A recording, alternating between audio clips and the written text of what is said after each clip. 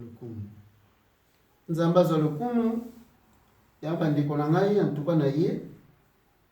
Je crois eza malamu ya osola kana tina na Yesu. Totia confiance na biso na Nzambe makamba olobize belé. Tia foi na yo eloko mana obetela sete awa na lingi mutu na mutu akutana na Nzambe asala ya kela ye. Ko perdre sous-tenté zwa vraiment makanisa malamu tiango na kati ya motema na latisa banda lelo banda okanisa kake sika yo zali na ndako na yo okutana na Nzambe. Nzambe akutana na biso akokutana na yo pe ke lelo betela ke tolo ndenge biso to beta tolo. Ponga pasteur moko te mutu moko te na mondo yo akoya liboso na ngalo bananga bo non.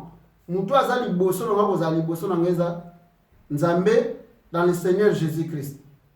Ya omoni ke biso tozo pasola donc prophète tamien aux collègues. Pasteur na bunzambe tamien aux collègues.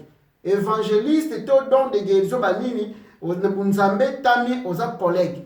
Bino bolikinga tenga pe na l'équipe ti. Donc ils ont fait la force.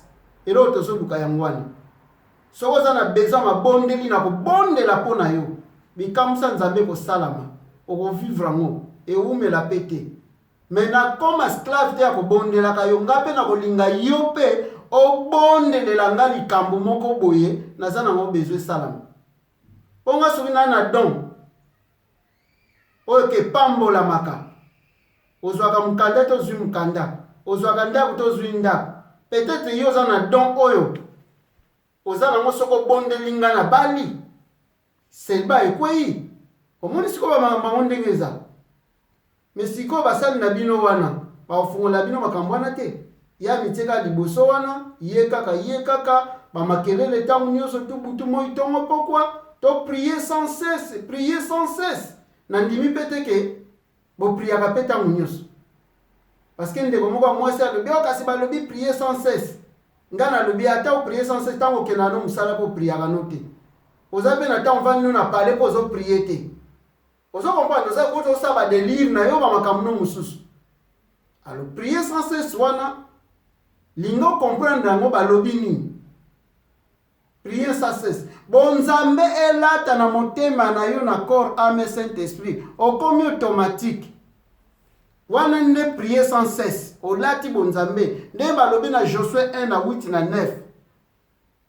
Que ce livre de la loi s'éloigne pas. Oh, donc voilà. Là, ta bonzambe. Pour moi, là, ti bonzambe, là, ti est. Azala, donc, donc, à cause de la bilobe là, ti. Quand le babo, non. Au vent, nous n'avons bonzambe inspiré yo. Nzamba, zo peso ba directive. Ye mouka komi ko peso ba directive. Nini oyo loba, nini oyo sala. N'ayez ba loba kake non. Cette fois-ci, c'est pas moi, mais c'est le Saint-Esprit qui demeure en moi. Yo te mto banda ko fabriquer ba sujet na yo ya opesa ba directive ya ba prière to boye bolala ka pongi te o soki ba bostra kuna to bandi 0 soki ndenge nini wana nde eza bilobela bisalela eza ki liboma mtezo sala bino do bozo comprendre te.